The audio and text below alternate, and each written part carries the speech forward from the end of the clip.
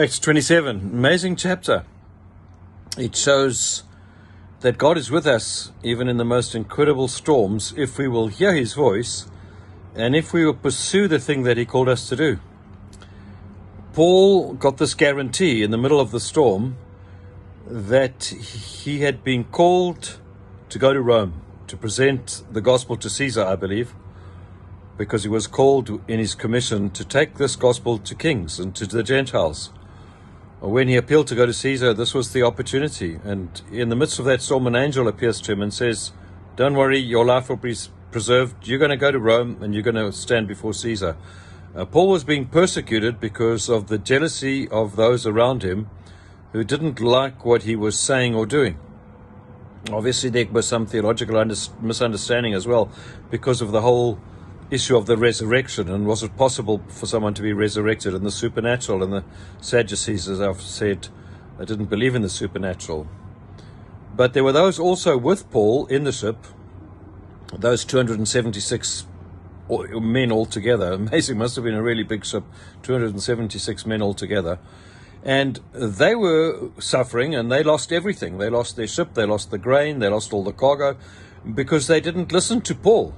They didn't listen to his wise counsel, and they wanted to push on and not take safe harbor and take risks, and possibly for greed or just for impatience, push on. And they lost everything except their lives. But they gained their lives because of the grace given and the favor given to Paul and the promise given to him. If they stuck with him, they would be taken through. And many times in the Christian life, it's the same.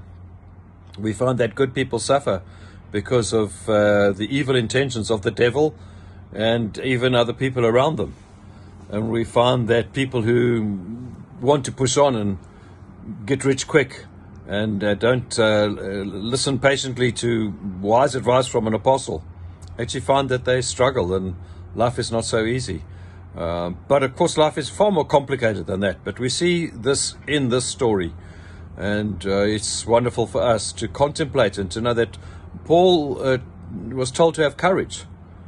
And it takes courage to push through and not to give up. It takes courage to believe what God has promised. It takes courage to impart courage to others, which Paul does as they break bread together. And it says that the men were all encouraged and they felt strengthened. Paul, just his very presence made a difference. And that's what every Christian should be.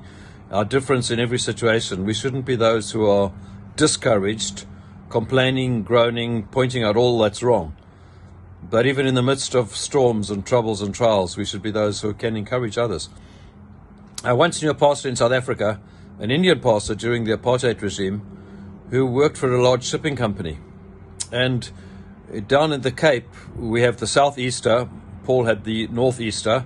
These are the winds that blow in the Mediterranean regions, and Cape of Storms, Cape of Good Hope, is a Mediterranean region, and the southeaster is very violent and has many shipwrecks in this Cape of Storms. And this pastor worked for the shipping company. He was an inventory clerk, and one day there was a storm that lasted for 2 or 3 days, and it seemed like all the men and all the cargo would be lost. And when I went into this pastor's office, I saw the front page of a newspaper article that he had framed and put on his wall.